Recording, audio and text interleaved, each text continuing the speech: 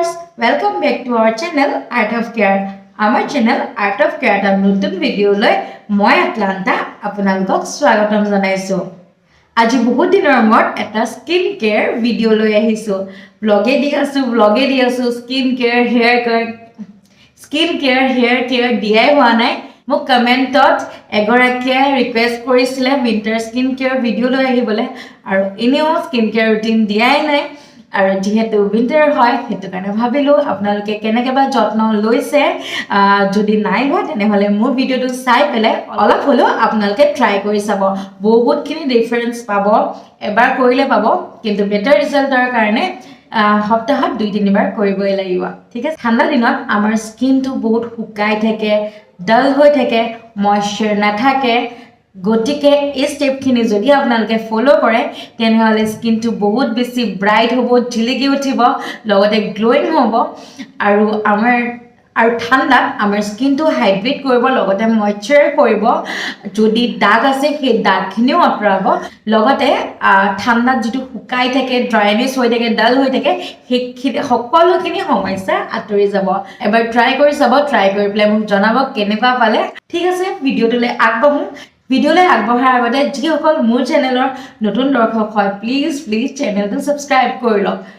কেই ছেকেণ্ডৰ কাম হয়, প্লিজ ছাবস্ক্ৰাইব কৰি লওক। আৰু যিসকলে অলৰেডি ছাবস্ক্ৰাইব কৰি থোৱা আছে তেনেহ'লে আহক আমি ভিডিঅ'টো চাওঁ। আৰু লগতে যদি এতিয়ালৈকে মোৰ ইনষ্টাত আপোনালোকে ফ'ল' কৰা নাই তেনেহ'লে এইটো মোৰ ইনষ্টা আইডিটো গৈ ফ'ল' কৰি ল'ব। আৰু লগতে সেই নামটো দি মই ফেচবুকতো আছোঁ। যদি কিবা প্ৰব্লেম হয় তেনেহ'লে এই দুটাত আপোনালোকে যোগাযোগ কৰিব পাৰে। ঠিক আছে, আহক ভিডিঅ'টো চাওঁ। ফাৰ্ষ্টতে এটা ক্লিনজাৰ বনাম, তাৰ কাৰণে মই 2 টিস্পুন দৈ লৈছোঁ আৰু 1 চুটকি হালধি লৈছোঁ। বেছি হালধি লোৱা নাই, নহ'লে হালধি হৈ যাব মুখখন, আৰু এইখিনি মিক্স কৰি লৈছোঁ। ঠাণ্ডা দিনত আমাৰ মুখখন বহুত ড্ৰাই আৰু ডাল হৈ থাকে, যাতে আমাৰ স্কিনখন ড্ৰাইনেছটো কমে আৰু ব্ৰাইট হয় তাৰ কাৰণে দৈ লৈছোঁ।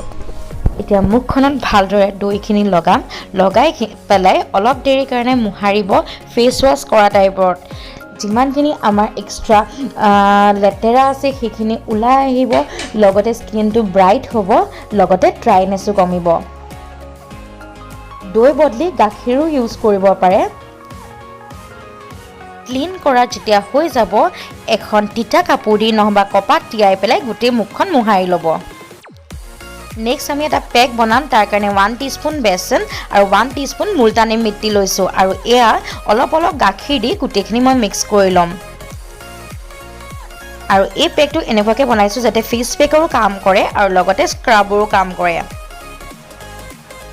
এতিয়া পেকটো ভালদৰে মুখত সানি ল'ম। গোটেই মুখখনতে মই মোহাৰি সানিছোঁ।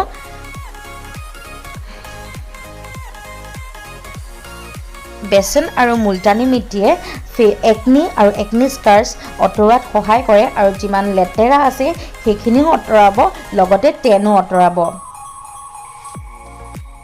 এতিয়া ভালদৰে সানি ল'লোঁ। এতিয়া 10 পৰা 15 মিনিটলৈকে আপোনালোকে ৰাখিব।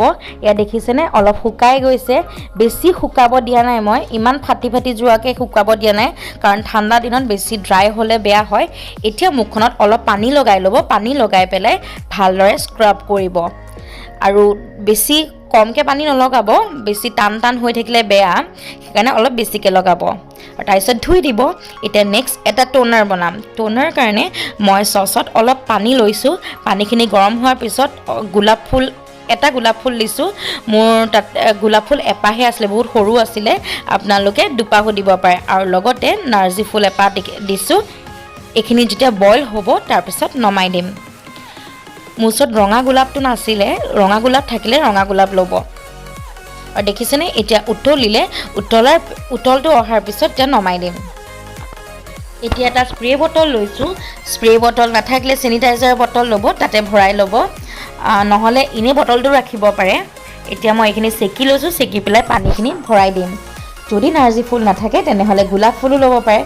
গোলাপ জলৰ সমান ভাল টোনাৰ একোৱেই নাই। আৰু মই স্ক্ৰাব কৰি পেলাই ধুই কাপোৰ চেঞ্জ কৰি আহিলোঁ, কাৰণ মই বেগ চেক সানিলে কাপোৰত পৰে, লেতেৰা হয়, সেইকাৰণে এতিয়া চাফা হৈ আহিছোঁ। লাষ্ট দুটা ষ্টেপ আছে দেখাই আছোঁ। টোনাৰটো বনাইছিলোঁ যে, এতিয়া আমি টোনাৰটো লগাম। এতিয়া মুখত ভালকৈ স্প্ৰে কৰিম। আৰু তাৰপিছত ডেপ কৰি দিম আৰু এইটো আপোনালোকে ফ্ৰিজত এসপ্তাহলৈকে ষ্ট'ৰ কৰিব পাৰিব খালি ফ্ৰিজতহে ৰাখিব